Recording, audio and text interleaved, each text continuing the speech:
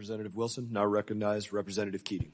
Thank you, Mr. Chairman. I welcome two of my former colleagues here, Ted Yoho, who is one of the more conservative people I served with here in Congress, and Andrew Natsios, who I think is the most conservative member I served with in the Massachusetts House as a Republican, and Republican leader in Massachusetts as well.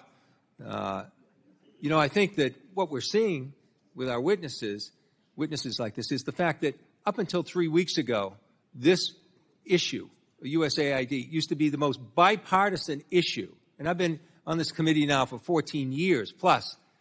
We used to agree with these things. We could find things wrong with it that we can correct. And the irony of all this is this. The Republicans are in charge of the White House, the House, and the Senate. They have the power to do this the right way. They have the power of oversight to look at all the things that are being pointed out. That's your responsibility if you don't like it, and you have the power to do it. You don't need this draconian executive directive to do it. It's causing chaos, not just here in this country, but around the world. It's not necessary, and it's a huge departure from everything I've seen occurring in the 14 years before this. Along those lines, I'd like to submit, Mr. Chairman, a letter to the Republican and Democratic leadership in the House and the Senate, and it's from almost 150 former administrative officials, Republicans and Democrats, those who served in the military and the State Department, and urging the rescission of the Trump executive orders aimed at freezing our foreign assistance and dismantling USAID. It deplores the undemocratic and unconstitutional dismantling of these agencies. I'd like to submit this with unanimous consent. And I'd also like to point out some other correspondence that occurred around this issue. The people that praised this action, where did they come from? I'll tell you where they came from. They came from our greatest critics, the greatest critics of democracy right now in the world. They came from the leaders of Russia and Hungary and Venezuela. They're praising this effort. That's who's for this effort. In fact, the Speaker of the Russian State Duma said that anyone who received funding from USAID should be made to publicly confess and repent on Red Square. That's who's praising this. That's who's happy with this. Putin's happy with this. This is so important now in Ukraine. One example, Putin's primary target in Ukraine is to destroy the electrical grid, to use that as an energy weapon of war against the Ukrainians in his illegal aggression.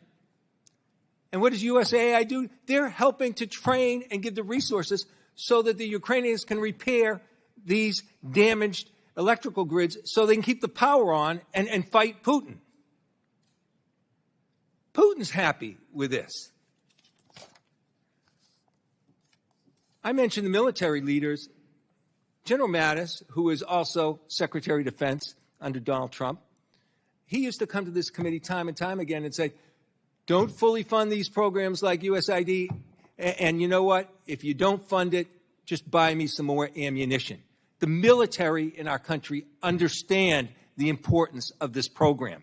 I've had discussions for years, and I just recently had discussions with our special operations forces. Those people, I respect them beyond words. They are in the most dangerous parts of the world, in small numbers, a global footprint, working to know where our greatest threats are in the country. They're placed in positions hosting the most dangerous threats to our country, as are so many people working for USAID, risking their lives as well, trying to secure the safety of people, not just in the world, but in our own country, from terrorist threats that are metastasizing and pose increasing threats right here back at home. They told me of the importance of USAID. They told me how they work together on security issues, on intel issues, on understanding how they can use their ability to keep us safe and use it more effectively. And they particularly pointed out what a threat China is, and it'll become a greater threat in the absence of USAID. That's who's asking us not to make these draconian changes. And, you know, do it the right way. All those things you do, all the little small cuts. I won't say anything about circumcisions being a small cut. Listen, all these small cuts. You have the power to do it yourself. Do it. Do it the right way. Don't support this. I yield back. I thank the gentleman from Massachusetts. We will write $10 million of foreskin out of the budget.